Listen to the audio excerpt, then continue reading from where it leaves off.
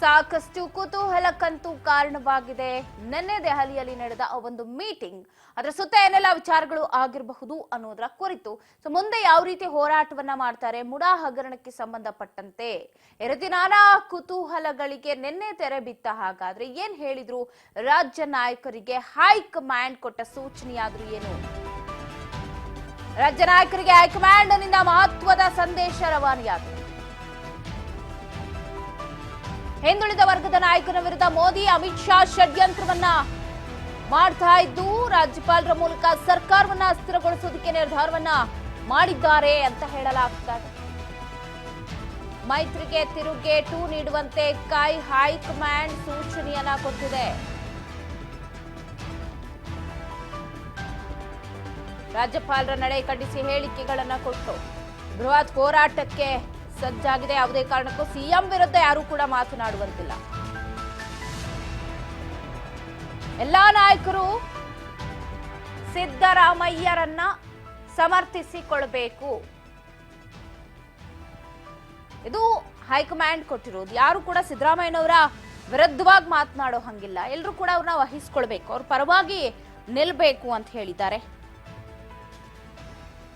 ಇಡೀ ಹೈಕಮಾಂಡೇ ಬಲ ಕೊಡುತ್ತೆ ಅಂತ ಹೇಳಿರೋದು. ಆದ್ರೂ ಕೂಡ ವರದಿಯನ್ನು ತರಿಸಿಕೊಂಡು ಅದನ್ನ ಆಗಸ್ಟ್ 27ರವರೆಗೂ ಅವರ ಮುಂದಿನ ನಡೆ ಏನಿರುತ್ತೆ ಅನ್ನೋ ವಿಚಾರ ಇನ್ನೂ ಕೂಡ ಯಾರಿಗೂ ತಿಳಿಸಿಲ್ಲ. ಸೊ ಮೈತ್ರಿಗೆ ತಿರುಗೇಟನ್ನ ಕೊಡಬೇಕು ಶತಾಯ ಗತಾಯ. ಸೊ ಹಾಗಾಗಿ ಹೈಕಮಾಂಡ್ ಈಗ ನಿರ್ಧಾರವನ್ನ ಮಾಡಿದೆ ನಿನ್ನೆಯ ಮೀಟಿಂಗ್ನಲ್ಲಿ.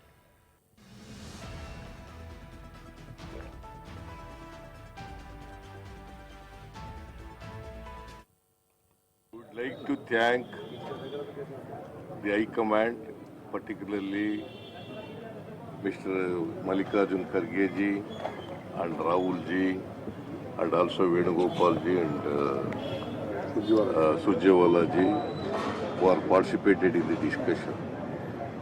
As Shivkumar told that we have explained the development and the situation in Karnataka and what the partisan attitude taken by the governor of Karnataka and giving sanction to prosecute me, and it has been challenged and before the court. I do not want to tell much about it, and it is coming up on 29th.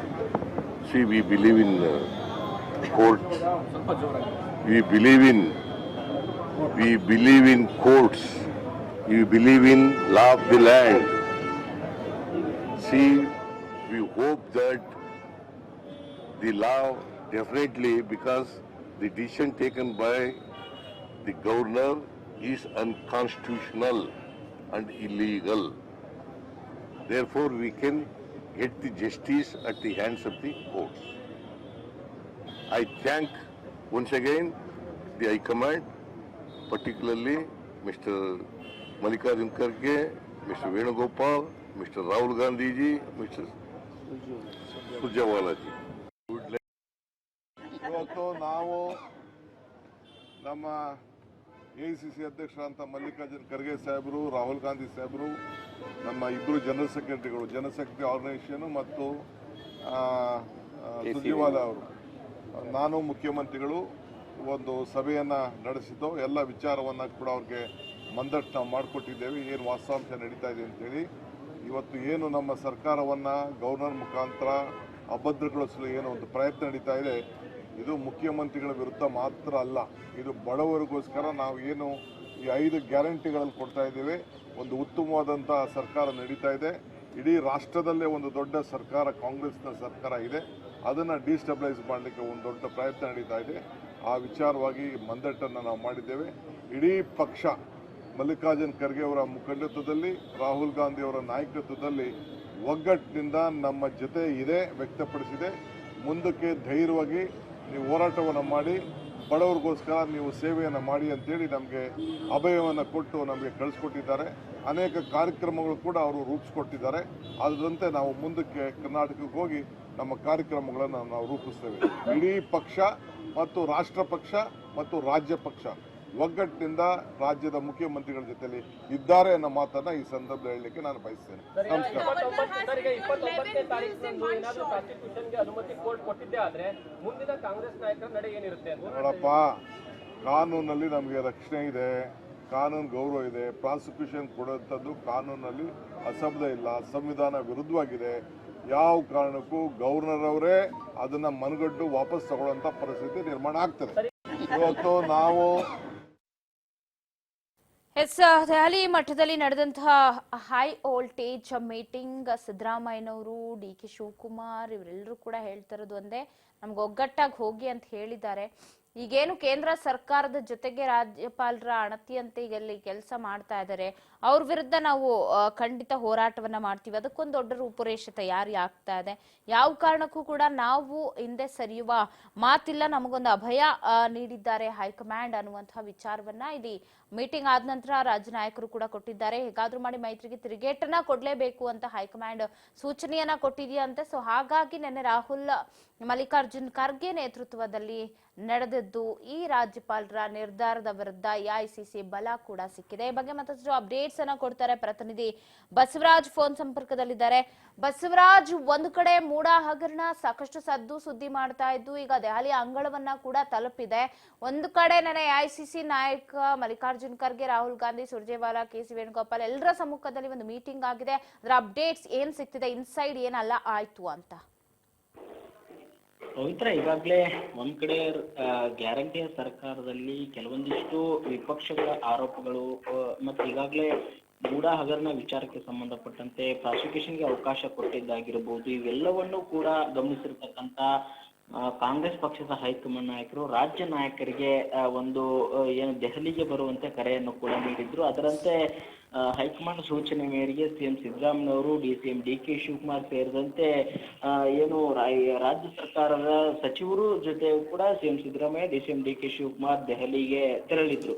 ಪ್ರಮುಖವಾಗಿ ಎಲ್ಲೋ ಒಂದ್ ಕಡೆ ರಾಜ್ಯದಲ್ಲಿ CM ಸ್ಥಾನಕ್ಕೆ ಎಲ್ಲೇ ಕುತ್ತು ಬಂತು ಅನ್ನುವಂತ ರೀತಿಯಲ್ಲಿ ಕೂಡ ಚರ್ಚೆಗಳು ಆರಂಭವಾಗಿದ್ವು. ಯಾಕಂತಂದ್ರೆ ಸಿಎಂ ಸಿದ್ದರಾಮಯ್ಯವರು ವಿರುದ್ಧವಾಗಿ ಮೂಡಾ ಹಗರಣಕ್ಕೆ ವಿಚಾರಕ್ಕೆ ಸಂಬಂಧಪಟ್ಟಂತೆ ಈಗಾಗಲೇ ರಾಜ್ಯಪಾಲರು ಪ್ರಾಸಿಕ್ಯೂಷನ್ ಅನುಮತಿ ಕೊಟ್ಟಿದ್ದಾರೆ. ಕಾನೂನಿನ ಹೋರಾಟದಲ್ಲಿ ಕೂಡ ಸಿಎಂ ಸಿದ್ದರಾಮಯ್ಯವರು ಇರುವಂತದ್ದು. ಇಂತಹ ಸಂದರ್ಭದಲ್ಲಿ ಎಲ್ಲೊಂದ್ ಕಡೆ ಸಿಎಂ ಸಿದ್ದರಾಮಯ್ಯವರ ಸ್ಥಾನ ಬದಲಾವಣೆ ಆಗುತ್ತೆ, ಅವರು ಸಿಎಂ ಸ್ಥಾನದ ಕೆಳಗಿಳಿತಾರೆ ಅನ್ನುವಂತ ಮಾತುಗಳು ಇತ್ತು. ಹಾಗಾಗಿ ಅದಕ್ಕೆ ಸಂಬಂಧಪಟ್ಟಂತೆ ಹೈಕಮಾಂಡ್ ನಾಯಕರು ಸಚಿವರು ಮತ್ತು ಶಾಸಕರ ಅಭಿಪ್ರಾಯ ತೆಗೆದುಕೊಂಡು ನೀವು ದೆಹಲಿಗೆ ಬರಬೇಕು, ಮುಂದಿನ ಕಾನೂನು ಹೋರಾಟವನ್ನು ಮಾಡ್ಬೇಕಾ ಬೇಡವಾ, ಸಚಿವರ ಅಭಿಪ್ರಾಯ ಹೇಗಿದೆ, ಯಾಕಂತಂದ್ರೆ ಎಲ್ಲ ಒಂದ್ ಕಡೆ ಪಕ್ಷಕ್ಕೆ ಏನಾದ್ರೂ ಮುಜುಗರ ಆಗುವಂತ ಸಂದರ್ಭ ಏನಾದ್ರೂ ಒದಗುತ್ತಾ ನಿಮ್ಮಿಂದ ಅನ್ನುವಂಥದ್ದನ್ನು ಕೂಡ ಸ್ಪಷ್ಟನೆಯನ್ನು ಕೂಡ ಸಿಎಂ ಸಿದ್ದರಾಮಯ್ಯವರಿಗೆ ಹೈಕಮಾಂಡ್ ನಾಯಕರು ಕೇಳಿದ್ರು.